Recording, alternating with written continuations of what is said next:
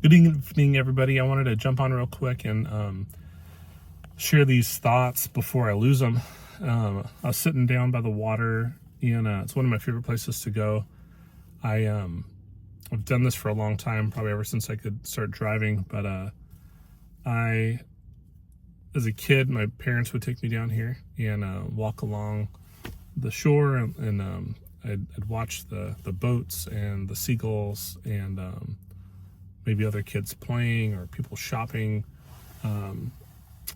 And I love it down here. Like this is the part that it's probably the oldest parts of my memory.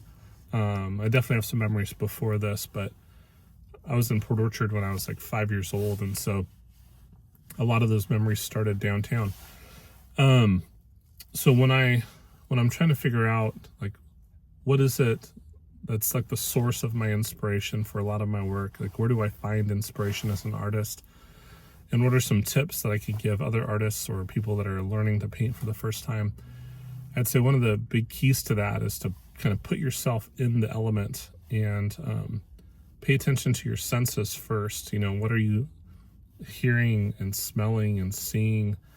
If you're eating anything, what are you tasting? And between your hands and your skin, what are you feeling? Right now it's early March, and so the temperature's still kind of chilly out. It's a little bit breezy. It's not windy, but there's all of these sensations that I'm experiencing all at the same time, and my eyes will be caught by different motion. And so when I'm down here and I'm not trying to think too much. I'm just trying to experience the moment. The second part of that is, how are these things making me feel, right? And one of them clearly is nostalgic, because I have so many stories here. So much of my life is here. But it's more than that. It's the sense of awe of the scenery and the sky and the water and the constant subtle movement of the waves. It's all the other people's lives that are moving through this community. And so that's one source of, and one way to kind of pay attention to your inspiration is, how is something that you're experiencing making you feel? Now the other parts of it, why make art? Why would I just take photographs or just record everything or just write about it? Why is painting my medium? And to be honest, it's not my only medium, but right now in this stage of my life, I really enjoy it, and I do it a whole lot more than I do any other thing art related. So painting's definitely my medium of choice and my mode of expression. The early inspiration, I would say, came from sitting in front of the TV and watching lots of cartoons, but also watching Bob Ross. It was almost like a magic show.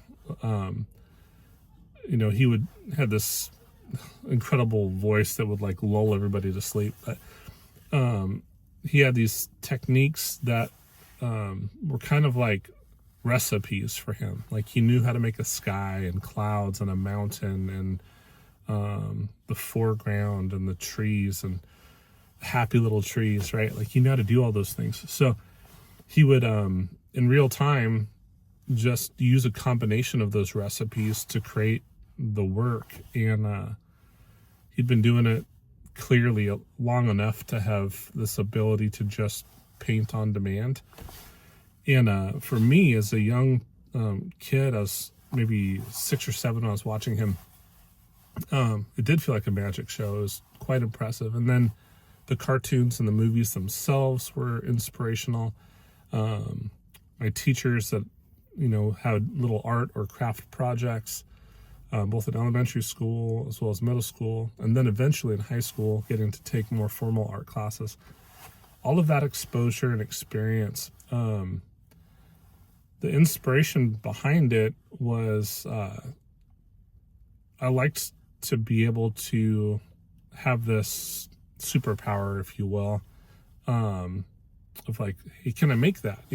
Or can I make this? And wow, check this out. And I can share it with others. And so it became this way for me to communicate and connect and show love to people and receive praise sometimes, sometimes criticism, but the point of it was a way for me to communicate that was not verbal, right? And so I loved the process of it. I loved making things, and then like having this like permanent snapshot that's very different than music. Music is fleeting, and you feel like one thing for a moment, and then the next song changes your emotions. But having a painting sort of locks this feeling in, and it's like it becomes like a scrapbook. The more art that you've created, so I love that part of it, and I always have. And so I'm inspired to paint partially because I connect with it so well, but to find the inspiration for the work that I want to create, a lot of it has to do with being quiet, getting in the moment, getting in the elements, listening, paying attention, and seeing how things make me feel.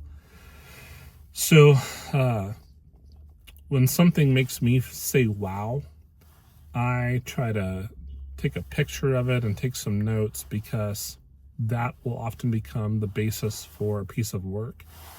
And the very basic goal is to make other people say wow, right? Because if they're walking by and they say the same thing, then it's sort of like we shared a moment, right? We both were in awe of this. We're like, wow, that's really cool. And you're like, I know, right? Like, yeah. That's what we would do in real life if we were experiencing at that moment. But, the moments that I'm going to experience are going to be different than the ones that you are. And so being able to share those, it's a way to share my story with others, connect with them, and have these moments where we say wow together. Now, I think there's other things I want to do with my work. There's other things that I have done with my work. They don't all communicate the same thing, but that's one of them. And that's sort of how I find it. So I hope that's been helpful in terms of you on your journey, helping you find your own inspiration for whatever work that it is that you want to do. I think it just starts right here. And then when it starts to be able to see, become more concrete, it sort of moves up here. So I feel like it starts here and it moves up here. And then eventually the fruit of an artist is the art, right? Like your painting is your fruit, and it's gonna, whatever is inside of you, going on with you, your story, whatever you produce is gonna be like your fruit from that. And I think it's very natural, very organic. I don't think you have to force it. I just think you have to be aware of it and kind of be true to it. And if you do that, other people, I think, will respond well, rather than if you're trying to paint something that you have no experience with, right? Like, I've never skydived before. I have no idea what that feels like. So if I make a skydive painting, it might feel kind of shallow, even if it looks good, because I don't know what that feels like to me. All I know is it scares the crap out of me just thinking about it. So, but I think for a skydiver, they know it so well that if they happen to also be an artist, they could communicate that very well. And I hope that analogy makes sense. So I think that the things that are part of our lives are kind of where we should start. I hope that helps.